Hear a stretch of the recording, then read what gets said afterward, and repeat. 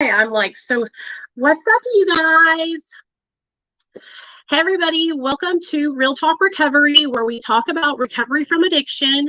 And I usually share my story with you, but not tonight, my friends. Tonight, I am going to spare your ears because I know you're tired of listening to me, and I am bringing on an amazing guest speaker, somebody that I think a lot of you guys will be able to relate to. So you're not going to want to miss this. What we're going to do right now is we're going to do what we do on social media, and we're going to share the video.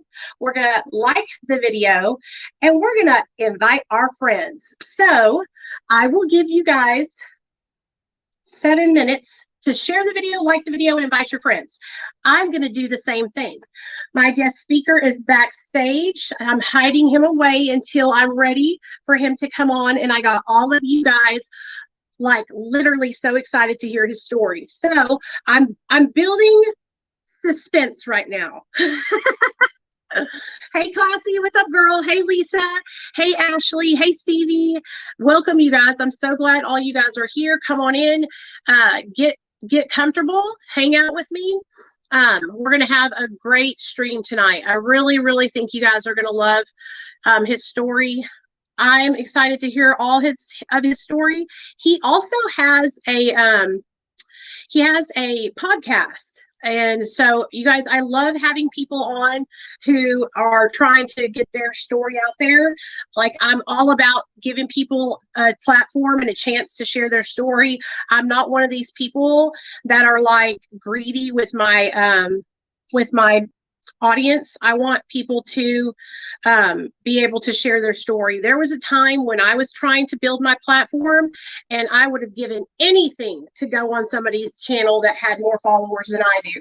And so I always love to have people come on and share their story. Hey, Tim. Oh, yeah, moderators, y'all know what to do. Here on Real Talk Recovery, we don't allow nastiness in the chat. We are supportive. We believe in all forms of recovery. We support all forms of recovery. It doesn't matter if you're on MAT. It doesn't matter if you're on medical marijuana, which is Cali sober. It doesn't matter if you're utilizing Kratom. It doesn't matter if you're in Narcotics Anonymous or Alcoholics Anonymous. We support all pathways to recovery. And so let's remember that not everyone is at the same spot as we are in our sobriety. Somebody might just be getting started out. Also, we want you to be here. If you're using drugs and you're still you're still getting high, guess what? That's okay. You can come hang out with us. We're not going to judge you. In fact, if you are still getting high, you need to be hanging out with us. Okay, this is where you need to be. So come on in. Everybody's welcome, guys. Let me share this video real fast. I'm not ignoring you guys, but I really want to get it out there to everybody so that they can come and listen to his story. And that's where you need to be. If you're still using, Classy's been here with me since day one. A lot of you guys have been with me since day one. You might go to other groups and they might say, oh, if you're still getting high, well, you can't share, you can't be here. That's not how we are here, okay? If you're using, as long as you're not like noticeably messed up to the point where you might trigger somebody, I don't mind if you come on here and share about what you're going through. I don't mind at all. In fact, I want you to come up here because there needs to be more people that see how it is to be struggling with addiction. It's not like this horrible thing that you have to go hide out and nobody see you. That's not how we do things here. Okay, so y'all come on in. I'm excited. I'm so happy to have a guest speaker. I'm going to be getting back into having guests on, y'all. I know I haven't been doing it as much as I used to do it, but we're getting back on it. Okay. I'm still sharing this video on Facebook. So give me a few minutes, you guys. Why don't you guys do me a solid and drop your sobriety dates in the comment section? If you're not sober, drop me. I want to know what you're grateful for. Okay. So drop me your sobriety dates. Let me know what you're grateful for today. Okay. I'll tell you what my sobriety date is. July 13th of 2015. I got sober after my son got taken away from me. That was my rock bottom. That was the thing that catapulted me into making a change. I truly believe if my friend didn't call CPS on me, even though I hated going through that shit, I wouldn't be here sober with you guys today. Okay. I wouldn't be here. All right. So it all worked out in the long run. It worked out for the good. If you're on Facebook, I can see your comments. Hey, Mike. What's up? If you guys want to come over here to YouTube so you can be in this chat, you can. If you want to stay on the Facebook side, that's okay too. We are live streaming on YouTube and Facebook. So come on in, y'all. Welcome, welcome, welcome. I'm so freaking excited for everybody to be here. Okay, I'm almost done, you guys. Okay. So let me get myself together so I don't look like a scrub when our guest comes on. First of all, I want y'all to get into the makeup look. That's right. Tonight we did our this army green / gold makeup look. For those of you guys that don't know, in the evening time before I go live, we're doing makeup over on TikTok. So if you want to come and do makeup with us, you can. What's up, buddy? Why does it internet connection lost because the console entered sleep mode? I guess she put it in sleep mode.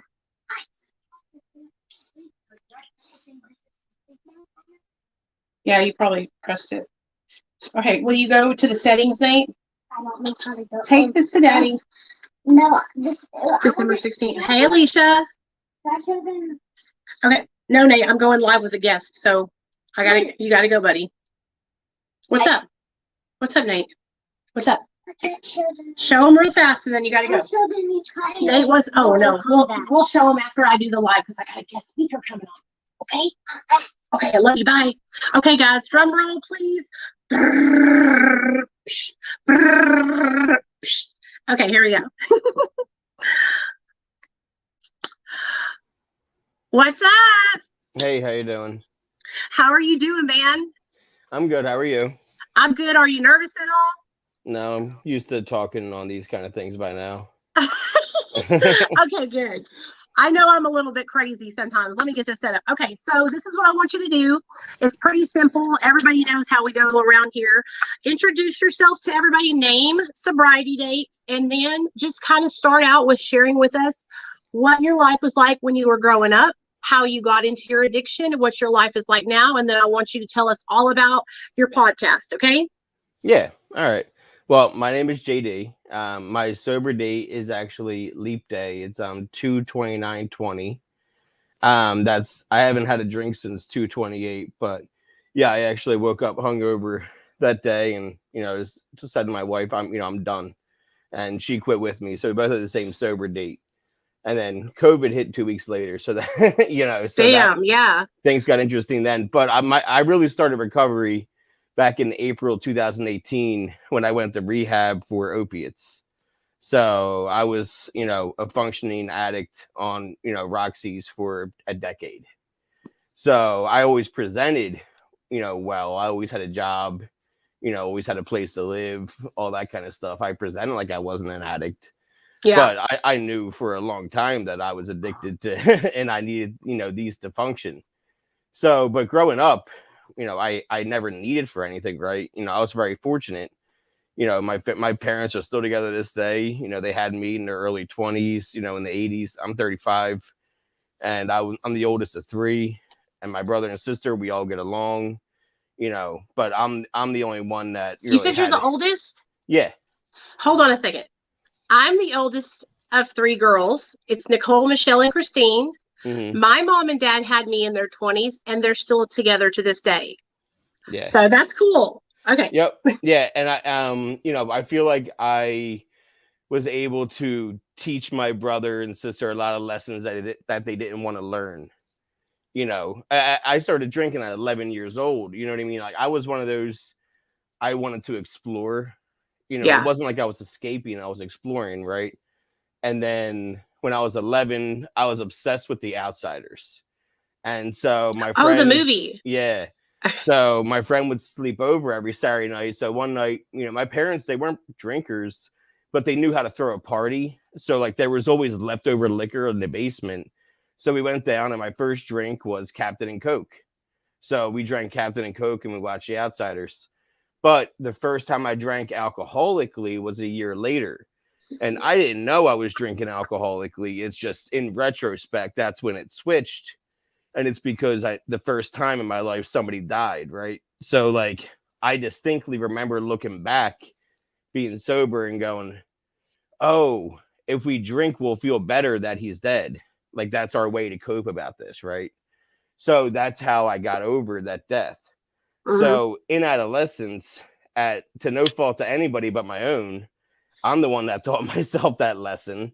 So anytime something bad happened the rest of my life, I'm like, I'm going to get drunk over it. And I was a partier in, grade school, but middle school and high school, I always threw parties, went to parties. My nickname in high school was Mess. You know what I mean? When I was 16, I went to the hospital for alcohol poisoning the night before Can Easter. I ask you a question? Yeah. How did you get alcohol at 11? Did you sneak it out of your parents' refrigerator? No, not even. No, they, like I said, they weren't drinkers. So like they were partiers though. They knew how to throw a party. So there was always leftover booze from their New Year's Eve bashes and stuff like that. So in their basement was always the leftovers from whatever party was way before. So we would go down there and take it. And I was never concerned. I felt like if I would have tried to put water in there to refill the lines, I would have gotten caught, because they weren't going to look at it all the time. They looked at it maybe once a year, twice a year when they threw big parties. So they're not going to check that kind of stuff. Right. So I never was that kind of person where I was trying to manipulate the levels, and then if we didn't have anything, then somebody else did. That's how it was. I grew up right outside of Philly in South Jersey, like a mile outside of Camden, New Jersey, which a lot of drugs are around there, which I get to them. I find drugs eventually, because by the time I get to 22, it's not working anymore, right? I'm when I was 21, I went so hard drinking. I was finding, there was all the theme nights, right? That's when they used to do like the $1 night for this or the $1 night for that. And I was at the bar every night. So by the time I was 22, I was so just like bored with it. It's been done. I've done it all already. Yeah. So I started already when I was so young. By 22, this was boring by now. But then I found pills. This was like October 2008. Oxys were going away because that's when they were changing them from the ones you could break to the ones that were gel and you couldn't break them. But roxys were flooding the market.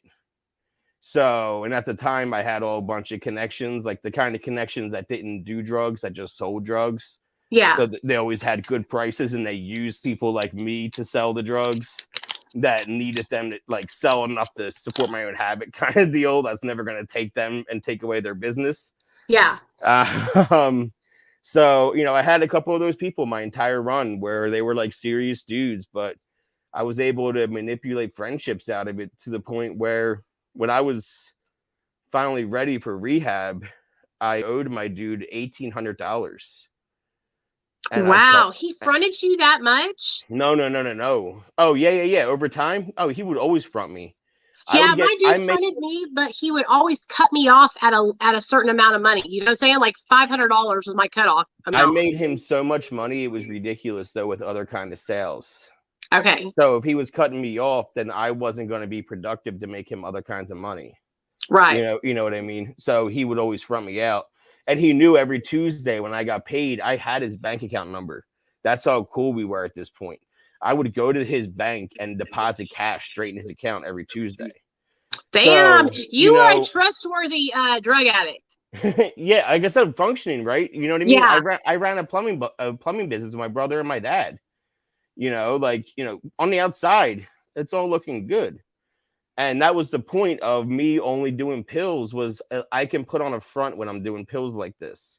I can fool everybody. Oh, Xanax. If I mix Xanax, I didn't fool anybody. I know, me too. Whenever I was on Xanax, I was a klepto. Shit was getting stolen. I was getting arrested. Xanax always just like crash and burn. Yeah. But 30s, I could run all day long, and it was dangerous how long I could go. It proved it, how long I went.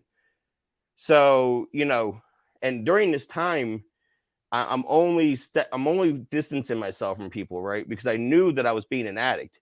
I knew a month into doing pills that I was addicted to them and I needed them every day. I was hanging out with one of my best friends and we were big smokers together. And he could outsmoke me any day of the week. And he had just gotten his wisdom teeth taken out. So he had perk 5s. I had just snorted 430s, in my car before walking up to hang out with him.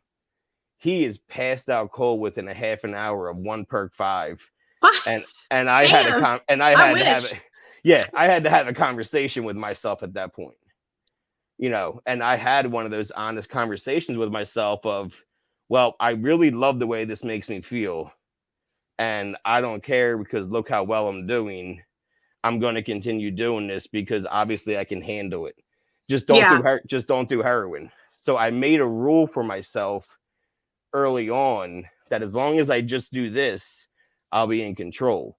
And I kind of proved that I was. Every time I would do Xanax, I would lose control. And that's why I never actually went to dope, is because I knew shit would not go well. Right. If I did do that. So, I stayed with it. And unfortunately for me, I was good at staying with it because it lasted for way too long. I ended up in a relationship with my childhood best friend at one point. She was bipolar and schizophrenic and alcoholic at that point when we started like dating. But we were best friends since like 6th grade.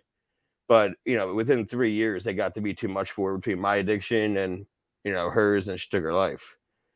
And when she took her life, it was actually, what's your sober date? July 13th, 2015. That's the day she died. That's when she passed away? July 13th, 2015. Damn, dude. I am so sorry. It was a Monday, right? That's like my son's birthday is July 4th, and then they put me in treatment, and I relapsed in treatment, and then I got sober 2 weeks into treatment. So I picked July 13th. Yeah, it's a Monday. Yeah. Damn. I'll never forget that day. Yeah, I wasn't allowed at her funeral or anything because her family blames me. So, I spiraled big time. After that, I moved to North Carolina from New Jersey at the time. Sorry, I've never heard somebody have that sober date. Like, I didn't know that blows my mind. I understand. I had a similar experience losing my friend, so I understand what you're. And usually it's crazy. All right, so you can cry, baby. I know. I do cry all the time. It's fine. It just really threw me off.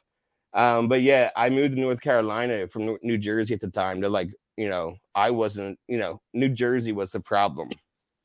Kind of thing. I moved 30 times throughout my addiction through 5 different states.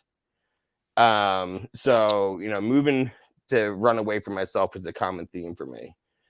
So I went to North Carolina this time, down to Durham, right outside of like Duke University.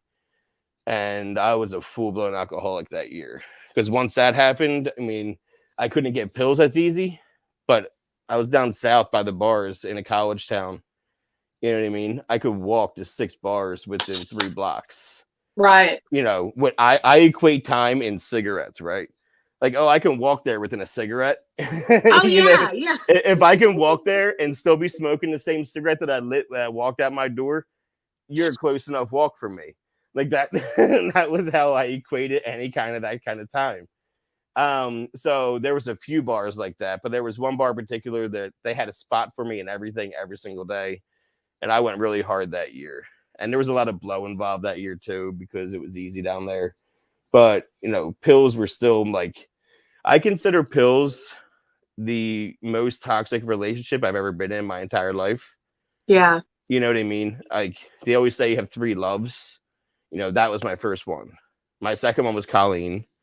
And my third one's the one I'm married to now.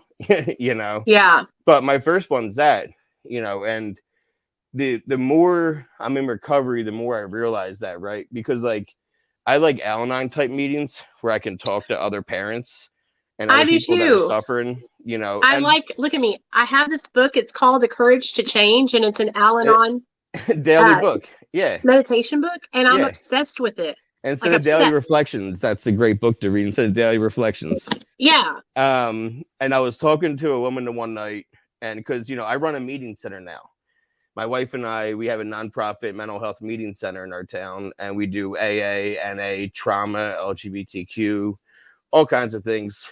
And I was doing like an Al-Anon type meeting one night, and a woman said to me, she was like, my son's 34. He's been, shooting dope for 15 years, and I have no idea. I have no idea why. I don't understand it. And I said, have you ever had a boyfriend that your parents told you that you shouldn't be with? That told you that, is wrong for you. And you said, you don't know what it's like. You don't know what it's like when we're alone. You don't know the things he says to me and how he treats me and how he's there for me. She was like, yeah. I'm like, that's us. That's us and that drug. You don't understand. That's when no one likes me and I feel so much guilt and shame about what I'm doing. Who's there to comfort me? It's the drug. That's a really good way to look at it. Like every time from now on, when a parent asks me, I'm going to use that and tell them I learned it from JD. Everyone knows that bad boyfriend or bad girlfriend in their life where their parents were like, what are you doing with them? Yeah, that's freaking amazing, dude. The way that explains it perfectly. Yeah, I think anybody can really, is anybody that really even watches TV shows, that watches sitcoms knows a bad relationship when they've seen it. So, but and then she started tearing up and she got emotional because for the first time in 15 years, she was able to like actually have empathy for her son and actually feel what it was like that, feel that kind of disconnect. So, that's the kind of stuff that keeps me sober is those kind of meetings and interactions that I have with people on a daily basis that are complete strangers that come into our building.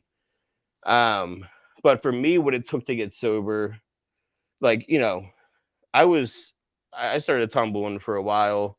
I ended up in PA and Amish country for a while. That's where I was running a plumbing company for the last 3 years of my addiction. I was driving 4 days a week to South Jersey, about 4 hours round trip to grab pills and drive back again. Yep. I did that for a while, for a few years. And there was one day, it was 4/20, 2018, and I was watching a documentary on Netflix called Legend of 420. And there was a segment in there that was all about a rehab in LA called High Sobriety. And it's not on Netflix anymore, but I think it's on YouTube. But it's called Legend of 420.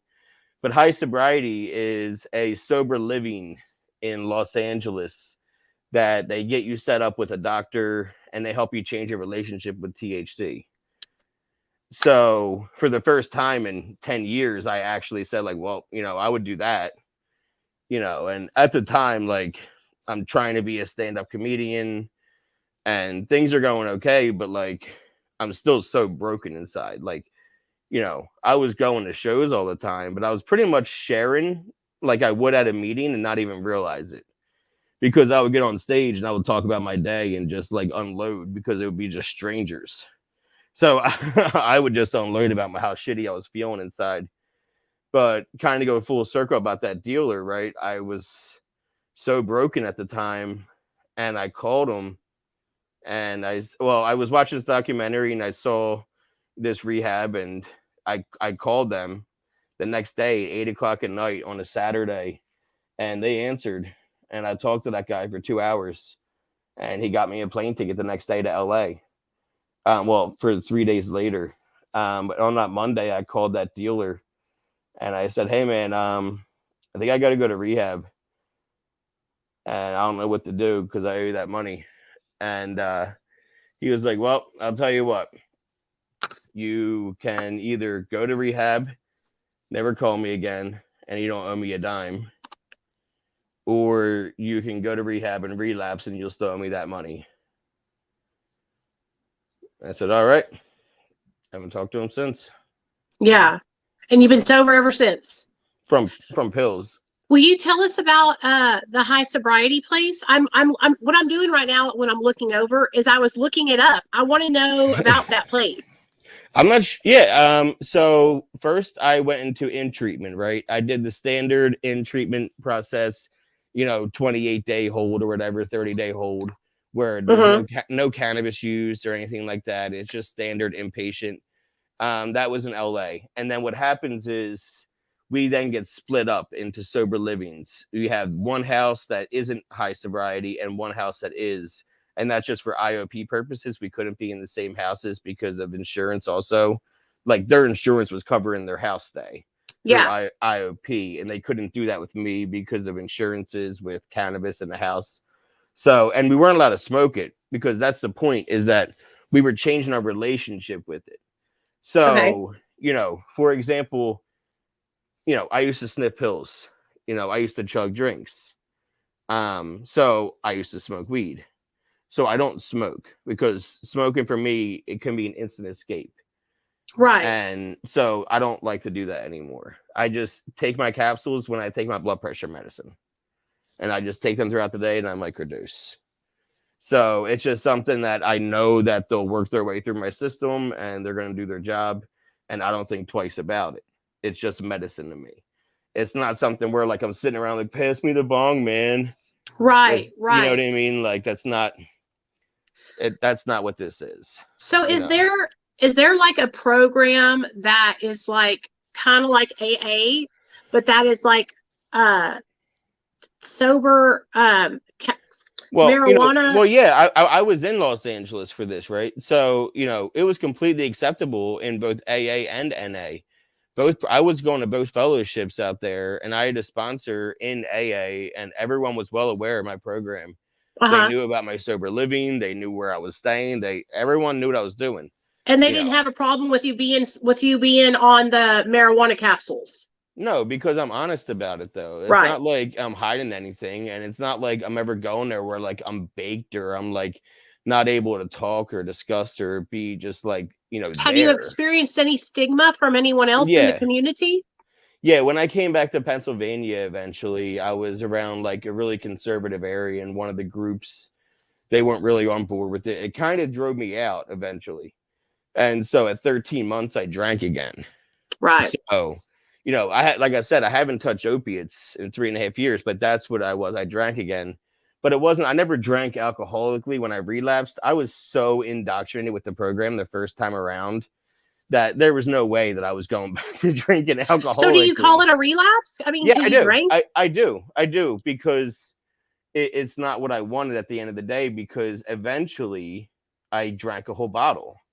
Right. That's not what I was supposed to do. I was supposed to just have a drink here and there.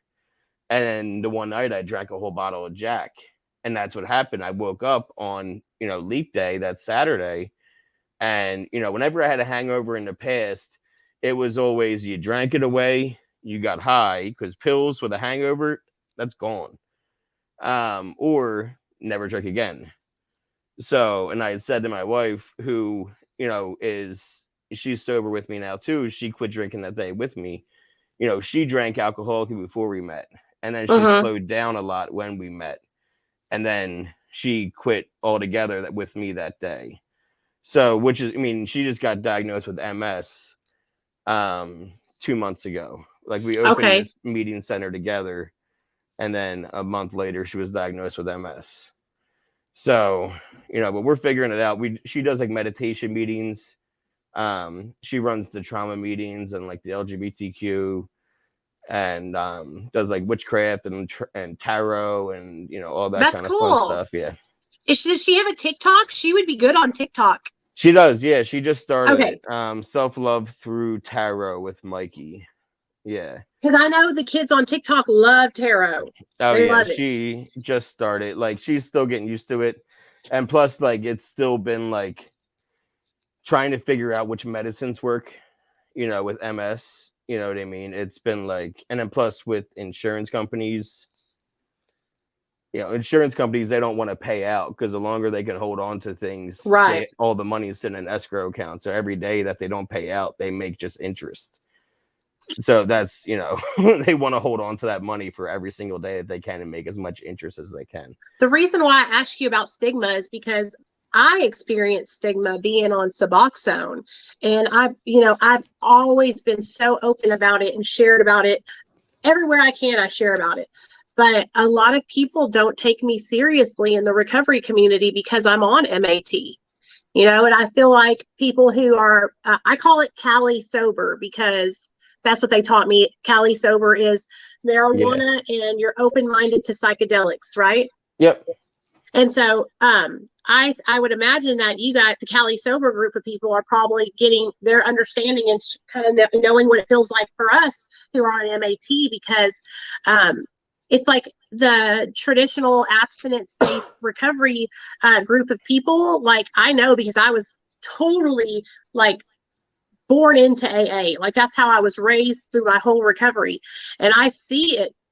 I've seen people do it where they literally will say, "Oh yeah, congratulations on your sobriety," and then when you leave, they're like, pss, pss, pss, "That person's not even sober. Pss, pss, they're smoking weed or Yeah. they're eating Suboxone." You know? Yeah.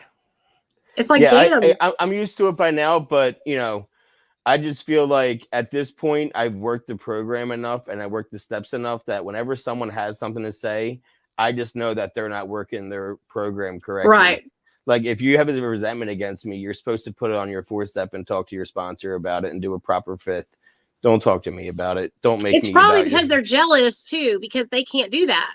It's not even a jealousy thing. It's it's like it's more they don't understand it, Yeah. So, and like most things in life, when we don't understand them, then we fear them.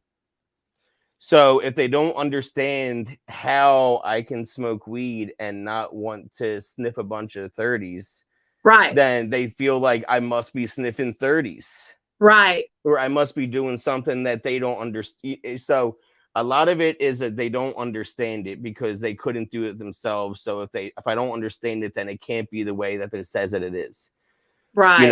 But yeah. I much rather just be honest about it, because before, when I had to hide things and lie just to appease whatever your comfortability is, I would end up relapsing over it. Yeah.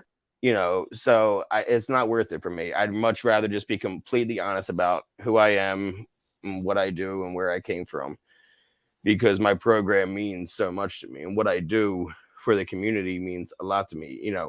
We're here sometimes 12 hours, 13 hours a day, 6-7 days a week. I understand. Between the podcast and running meetings and stuff like that. Right now I'm in the beginning stages, because it's only day 3, of releasing an episode every single day from Thanksgiving to New Year's Eve in my podcast. So like you mentioned, you like telling other people's stories. Yeah. My podcast, that's all that is. Every single episode is another different story. Only my story's been told one time, and it was on my birthday back in September. So like every different episode is another, usually they're about a half hour to 2 hours long. They're all in between. That's a genius idea. And, it's just a conversation of 2 addicts, alcoholics getting to know each other about, the one's past and how they do their recovery. So, and it's a lot of fun. I mean, some of the episodes, they're like, I need to like sit down, have a couple of cigarettes after, because it humbles you. And plus, like, to me, I consider, like in most people, a meeting just 2 alcoholics having a conversation, right? And since we're still so new around here, there's some meetings people don't come, and it's just me. So I get the pleasure of finding meetings all over the world. I've talked to people in Australia. I'm talking to somebody in England and Scotland and Canada, you know what I mean? Like all over the place, and then all over the country too. And then plus I have a lot of my friends on from recovery, because I have people all over the country that I've met over time, whether in person or virtually. I love hearing people's stories, and I love telling stories too. Like I'm a storyteller, and man, that's a great idea. Because I have a little podcast. It's not like yours is probably more popular than mine. That's how much I just don't even mess with it. And me and my husband were on there one night, and we were driving back from Branson, and we were telling stories from our active addiction. And we were laughing and cutting up, and it was just fun. Like, I think that is fun, reflecting back on where I came from, because where I'm at today is so far away from what I used to be. And I think by sharing those stories, other people are able to relate to you and connect with you. I'll tell you, I get a lot of shit for sharing stories about my addiction on TikTok, but only from people that are jealous or don't understand. Anybody else is like, wow, I listened to your story and I've been there too. And then they stay because they feel comfortable, because they know, oh, Nicole shot up toilet water too. Yeah, she's not that bad. You know what I'm saying? Yeah, I feel like you have to be vulnerable though, especially for the newcomer, because I'm only vulnerable because somebody was vulnerable for me. So like whenever I have like somebody that, you know, right now I have a sponsee, right? And when he first came into my building, it was when we first opened and he was right out of rehab a little bit. And he wanted to be able to be basically Cali sober from, you know, using meth for the last 15 years. Yeah. So he is now 5 months, you know, clean and sober. And is the volume weird for you? Do what? The volume like sounds like it's bouncing. Is it? For me, I can barely hear you, but I think it's because it's not because of you. I think it's my phone speaker. I don't know if I blew it out or what, but I'm really loud, so I probably sound like I'm yelling, don't I? No, you're good. Okay. Okay. But let me ask everybody else. Hold on. You guys, does it sound okay, or are we echoing in any way? Let us know, okay? If we start sounding weird, they'll let us know. There's like 30 people in here right now. Okay. There was I don't 40 pay people in attention. here earlier, so we Yeah. have quite a few people in here. Okay. Well, I forget where I was going with that anyway, but you can ask me another question. It's fine. Okay, good. Okay. So tell me this. What inspired you to start making a podcast? What made you say, like, because I think that it takes a special person to like do social media stuff. It really, really does. Because it's hard work. People don't understand how much work it is behind the scene. All they see is the finished product. So Yeah. what kind of inspired you to do that? I just really enjoy making videos. So I enjoy, you know, earlier I put up a reel and a TikTok, and it was from an episode that I uploaded earlier. Usually I'll take a great clip, like a minute long or something like that, and then I'll put music in the background and I'll find the right song. And I like the whole search of the finding the right song. So to me, it's just being creative. Yeah. And just having like a creative outlet. Like I said, I used to do stand-up comedy, so I like to write. So for me, instead of writing now, it's more just like finding a good moment and making it a moment people can resonate with and make them want to go watch out and just like check out the show. Right. Okay. So they said that you're echoing. Can you hear yourself echoing? I sure can. Okay. How do I fix that? Because I'm just on my I don't phone. know. I don't know either. Is it really bad, you guys? Is it so bad that I need to like try to do it, or is it okay? I think it just started, so I think we're okay. Yeah, it just started recently. That's what because that's what the problem is. It confuses me because it makes me stop and listen to myself finish the sentence over there in the echo. Is it because I have my laptop right here? Would that make it do it? Let me put it over here. Let me make sure I have it shut off too. Let me see. Okay, and then let me do this. But I'm literally like I couldn't get my laptop to let me do it on there, so I had to do it on my phone because you guys, I felt bad because I was like, I can't stand him up. I can't stand him up again because of my fucking laptop, you know. And I have a brand new laptop. Look at it. It's a Samsung Galaxy Book 360. It's badass. I love it, but I can't get it. It won't let me use the microphone. Okay, I just want to ask you a few more things. Well, and the other question was because the reason I started a podcast is I enjoy the interview process of any kind of show. Yeah. Like, you know, I grew up idolizing people like Howard Stern and how they interview somebody and get them to be vulnerable and open up just by like opening up to them and making them feel comfortable. Yeah.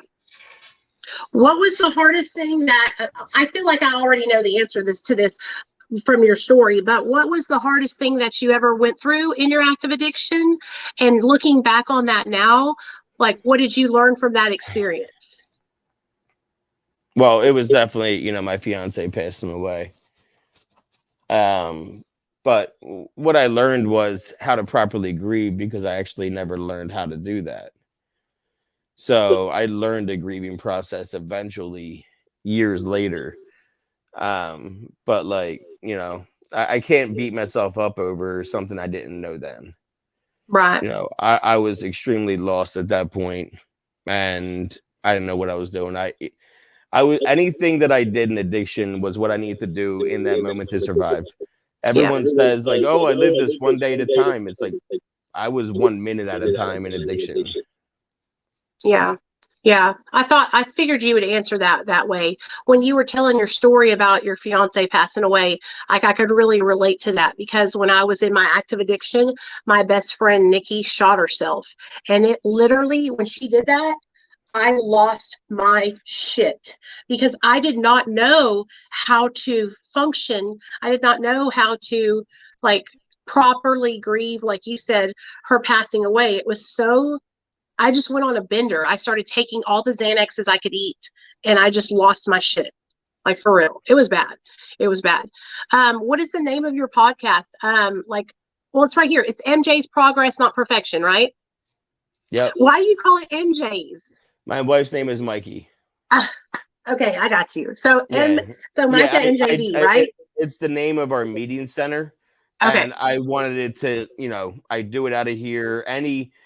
We're the sponsor of it. The meeting center is the sponsor of my podcast. So any kind of donations, like we drive a lot of donations from the podcast.